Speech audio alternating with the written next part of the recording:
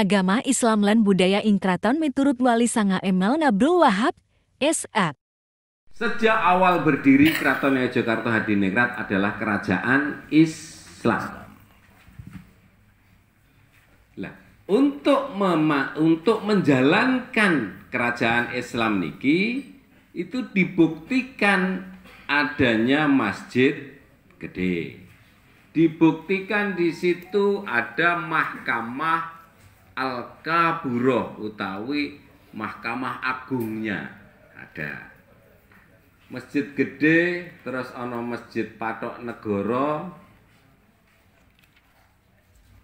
Pundi mawon Patok Negoro, Cak? Kota Gede. Ploso Kuning. Melangi. Dongkelan. Wat Galeh. Wonokromo, tenomal pundi malih? Wat Galeh. Wonten pinten Patok Negoro niku? Sekawan, pun itung.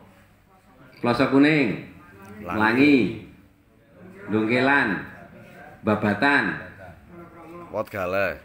Wat Galeh, Wonokromo, tenan 6. Catatan wonten Sriwandawa sekawan. Babatan, Dongkelan, Melangi, Ploso Kuning. Catatan wonten Sriwandawa. Wondene kok ana patok sanese. Nggih, monggo mboten napa-napa. Ada masjid gede sebagai simbol, ada 4 masjid Patok Negoro.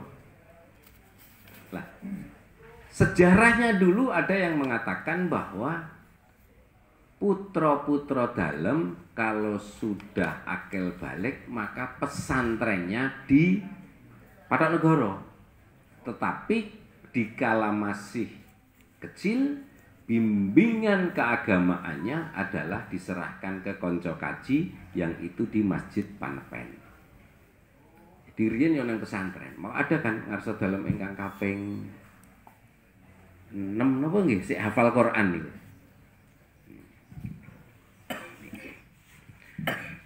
Kalajengaken.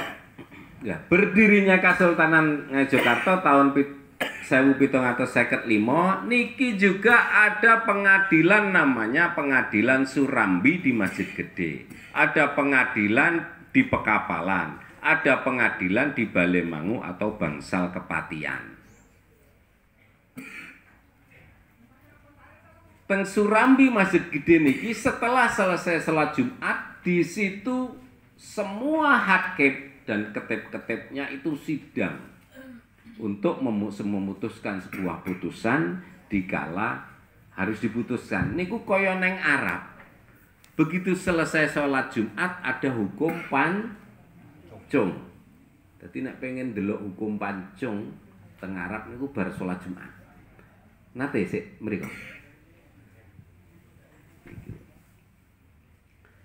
Lah, Pengadilan Surambi niku ya ana pengulu, anggotane dari 4 Patok Negoro, ada 5 orang ketip. Lah, semua yang dipakai untuk mengatur pengadilan ini atau mengatur syariat ini niku termasuk kitab-kitab yang muncul, misalkan Al-Muharrar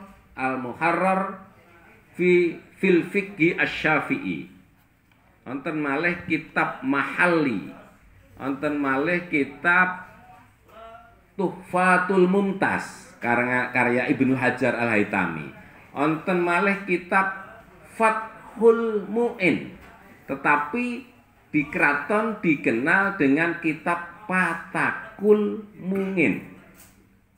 Kalau di situ juga dasar kias. Namun dasar kias ini, peran kias ini tidak boleh bertentangan dengan dasar-dasar sebelumnya. Niki juga diambil oleh keraton. Contoh tongkat khutbah. Nah, teng mriki wonten ndak sik khutbah sik isih nyekel tongkat ngeten iki. Ya ma'asyiral muslimin wonten niku terus dulungke niku. Wonten nggih. Ini adalah tombak zaman Rasulullah. Walaupun sekarang di Yogyakarta niku jarang, tetapi kalau daerah Pantura niku nganggo tombak nek khutbah niku niki yo dudu tombak kur kaya penthung dawa niku. Sik dulungke niku tesih wonten. Niki adalah kias menyamakan hukum. Ada maksuro. Maksura niku nek mlebu masjid gede wonten to, kotakan teng-tengah niku napa nggih maksura? Niku kaya Hijratul Rasul, makam Nabi. Terus malih, semua masjid kagungan dalem. Neng kulone wonten makame mboten? Wonten. Wonten ta? Terus malih wonten malih kias, bunga ataupun kembang. Ini diambil dari waktu Rasulullah Shallallahu Alaihi Wasallam, beliau jalan-jalan ketemu di pekarangan Bani Nadar. Di situ mendengarkan tangisan dua makam. Akhirnya Rasulullah tanya, ngopo iki kok on makame sopo kok do merintih? Yang satu dia kalau kencing berdiri, terus yang satu siapa itu? Maka Rasulullah mengambil pelepah kurma, ditaruhlah di atas makam. Selama pelepah kurma ini belum kering, maka akan dibebaskan dari siksa kubur.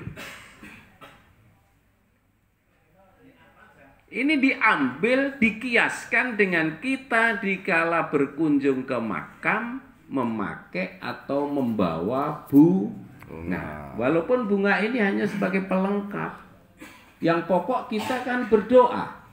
Bunganya kan hanya untuk tetangga. Kita kan karena orang tua. Nek nul putul begitu kita dikasih, ini ada agama, beberapa agama. Rak koyo-koyone apik kabeh. Ceritanya pun sama. Rasulullah Shallallahu Alaihi Wasallam itu pertama kali menerima wahyu di mana? Gua Hira. Dia berkholwat selama 40 hari di Gua Hira, naik turun, ditemui malaikat, muncullah Iqra wa rabbukal akramul ladzi. Rasulullah stres juga niku nek jenengan buka teng hadis teng buku-buku. Pulang niku stres, wademen. Kemuli aku kan dengan istrinya begitu beliau. Karena kaget rung tahu roh malaikat secara langsung tengriku roh malaikat Jibril berkholwat di Gua Hira. Niku podo Sang Buddha Gautama mendapatkan wahyu teng budi. Teng hutan kan? Nyata. Jadi maksud saya, sik kula aturke niki, ya sik senengane ning nggo langsih ning nggo langsih, sik senengane ning masjid ngoten lho rasa tetap nang nggo langsih dosa. Sik apik ning masjid mboten ngoten. Tetapi kalau kita melihat kita belajar agama begitu awal bingung kita karena banyak kesamaan-kesamaan. Pun lajengaken malih prosesi-prosesi budaya Kraton Ngayogyakarta niku tidak lepas dari satu. Ini menjadi pedoman kita, biar kita bisa menerangkan ke masyarakat. Prosesi semua di Kraton Ngayogyakarta Hadiningrat itu adalah ada 3 unsur pokok. Satu adalah bersyukur kepada Allah Subhanahu Wa Taala. Oke, bersyukur. Yang kedua berdoa. Yang ketiga sedekah. Semua prosesi di Kraton Ngayogyakarta Hadiningrat itu begitu dikerucutkan ada 3 kegiatan besar yang itu sangat berpengaruh sekali, yaitu rasa syukur kepada Allah, la in syakartum la azidannakum. Kerajaan itu, negara itu melakukan seperti ini hampir setiap hari. Terus lagi berdoa juga setiap hari. Sedekah juga setiap hari. Implementasi atau nglaksanake niku werna-werna. Nah, dasar pijaane niki waqala rabbukum ud'uni astajib lakum. innalladzina yastakbiruna an ibadati niki tidak ada yang dapat menolak takdir ketentuan Allah sik mubron niku kecuali doa dan sedekah. Kecuali doa dan sedekah. Pun niki kinten-kinten dasare bab niki.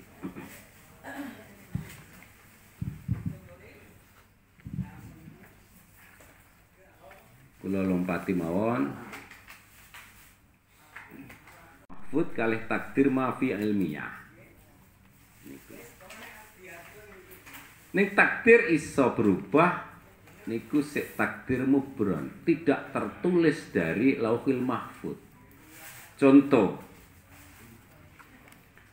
kula jenengan setiap mau melaksanakan apapun arep tindakan, misalkan arep memulai mesti nganggo donga minimal basmalah.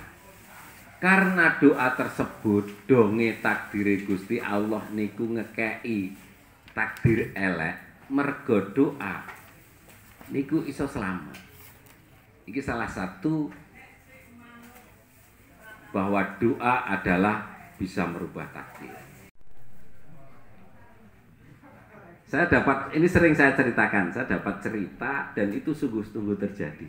Kula ndek kanca dosen Fakultas Hukum di UII dan sekarang jadi pejabat di pemerintah daerah. Beliau hidupnya dari kecil di pesantren sampai dia menjadi dosen. Orang ngerti toto carane Jawa. Begitu punya anak yang pertama, bingung karo rumah sakit ari-arine digake ngeten iki bingung lha karep tak nggopo. Nek tak kubur wong aku kur kontrak, wong rumahku pati. Haruskah aku mengantar ke sana? Telepon kula. Telepon meniro. Iki hari-hari ini tak kapake. Oh penak, saya bilang gitu. Ada dua. Nek cara Jawa dikubur neng ngarep omah. Nek lanang neng tengen pintu, nek wedok neng kiwa pintu. Ngoten nggih? Nggih. Nek ngubur nganggo jas sik apik diganduli. Napa uyah, napa malih? Dom, potelot, kertas, engko men iso nulis. Kubur ngoten. Kula kandhani ngoten nggih sami. Tetapi kalau mengikuti budaya barat, niku gak rumah sakit mawon musnahkan teng bagian limbah utawa diguang kali ngoten. Tetapi ada dua. Filosofi Jawa apabila dikubur di rumah hari-hari ini, maka anaknya pun dikala pergi nanti akan pulang.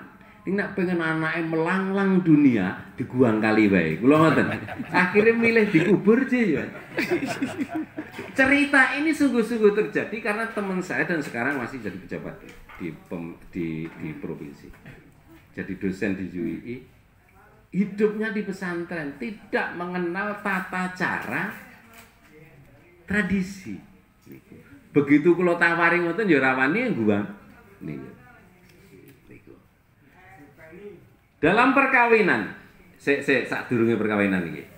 Semua acara kecuali melantunkan adzan dan iqamah walaupun ini menjadi doa, brokoan, akekah, mentahnik bayi, nyukur rambut, ngemubikan ari-ari, memberi nama, niki adalah 3 unsur tersebut masuk. Bersyukur kepada Allah, doa dan sedekah. Walaupun macam-macam artinya, ada yang namanya sesaji, misalkan ini lompati mawon. Ada yang namanya sesaji. Begitu kita bahasa sesaji, niki sadurunge tekan riko men cepet. Ternyata sesaji yang diberikan itu adalah yang paling disenangi, disukai oleh yang disajeni. Sarujuk?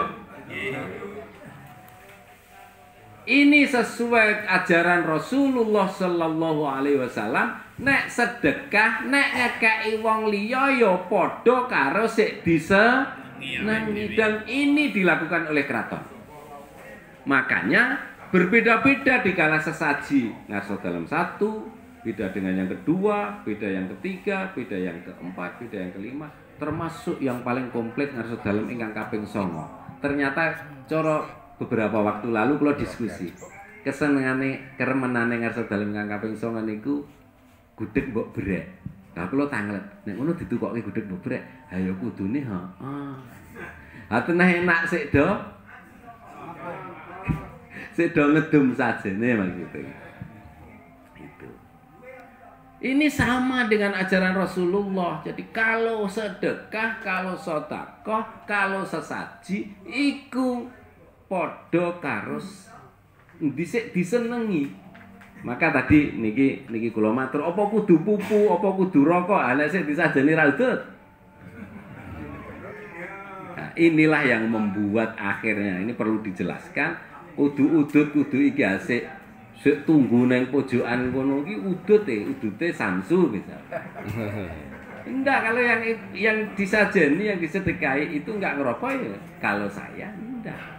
Khalaqnal insana min sulalatin min tin, tsumma ja'alnahu nutfatan fi qararin makin, tsumma khalaqnan nutfata 'alaqatan fa khalaqnal 'alaqata mudghatan fa khalaqnal mudghata idoma fa kasawnal idoma lahma, tsumma ansha'ahu khalaqan akhar fatabarakallahu ahsanal khaliqin. Jadi Allah itu, roh itu ada di Lauhul Mahfuz. Begitu umur 4 bulan di kandungan, yang dulu adalah dari sperma dan sel telur berkumpul menjadi kepada Allah. Eling ya Allah, nek jenengan niku Gusti kula. Saya akan menyembahmu. Kamu adalah pangeranku. Maka diturunkanlah roh ini neng guwa Garba. Budaya Jawa atau Rasulullah ngajari kon donga, kan ngoten to? Neng umur ngapati. Terus begitu mitoni niki sudah sempurna, tidak hanya segumpal darah lagi, kon donga meneh. Ya kon donga, kon bersyukur, kon nganggo sedekah, men engko nasib takdire apik.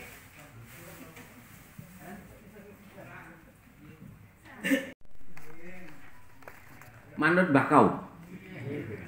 Sedekah manut Mbah Kaum. Dilalah Mbah Kaum le maca ila hadrati arwahi, kleru ngirim wong mati misalkan. Wonten ngoten nggih. Lah apale Mbah Kaum kur ndongake wong mati sik ndongake nggih tingkepan lali kadang. Wonten sik dadi kaum niki. Ngoten nggih. Wonten. Kula tulari Amaliyah. Nek pas mitoni niku Amaliyae Al-Ikhlas ping 7, Falak, Anas, Al-Fatihah ping 7.